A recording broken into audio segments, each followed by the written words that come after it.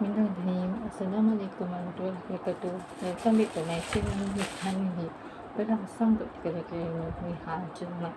Okey, ini adalah file untuk belajar.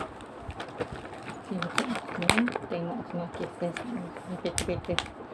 Okey, ni satu. Ini satu.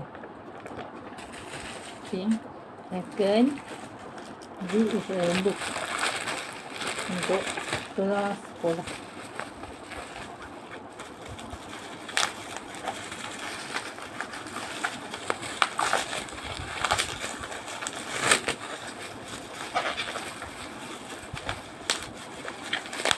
So, ini dalam model konten ini baru muncul tadi untuk konten unboxing.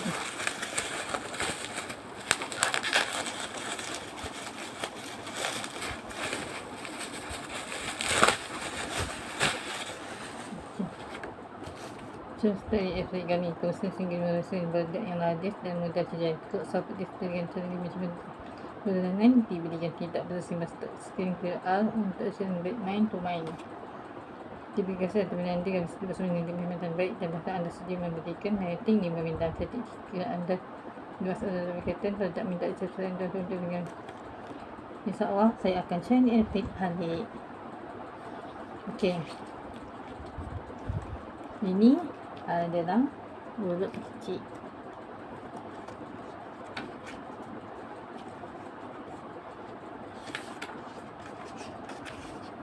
Sini contoh. Ini adalah urut besar.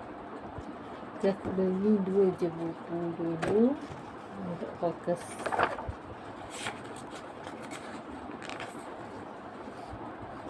Okey, nanti saya akan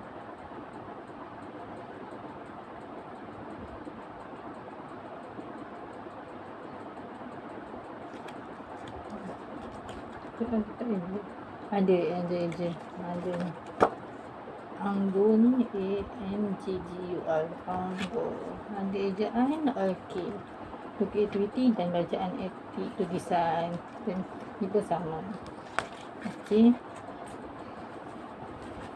thank you for watching. Jangan lupa subscribe, share, like, komen yang mengenai. Jangan lupa subscribe Izzah Safiakani dan Safiakani. Jumpa the next content. Stay tune. Sorry lambat memang. Bukan lambat tapi ada masalah teknikal sikit untuk saya buat konten. Okey, yang sekarang ni saya baju adalah skirt manggis, baju spike round, bercorak orange, hijau dan tudung nude atau biki. Itu saja for konten hari ini. Jangan lupa subscribe, like, komen, share yang mengenai betul. Jangan lupa subscribe, like, komen, share, komen yang mengenai. Jangan lupa subscribe Izzah Safiakani dan Safiakani. Minta maaf sebab lama sangat tak buat. Kali ini baru muncul. Saya ambil semangat daripada inspirasi yang saya dapat daripada gamer ID Indonesia yang semangat sangat walaupun lebih pangkat daripada saya, seorang adik lah kalau umur itu. Dari situ saya ambil sebagai motivasi untuk saya bangkit semula untuk buat YouTube. Sekian, terima kasih. Jumpa the next content. Assalamualaikum.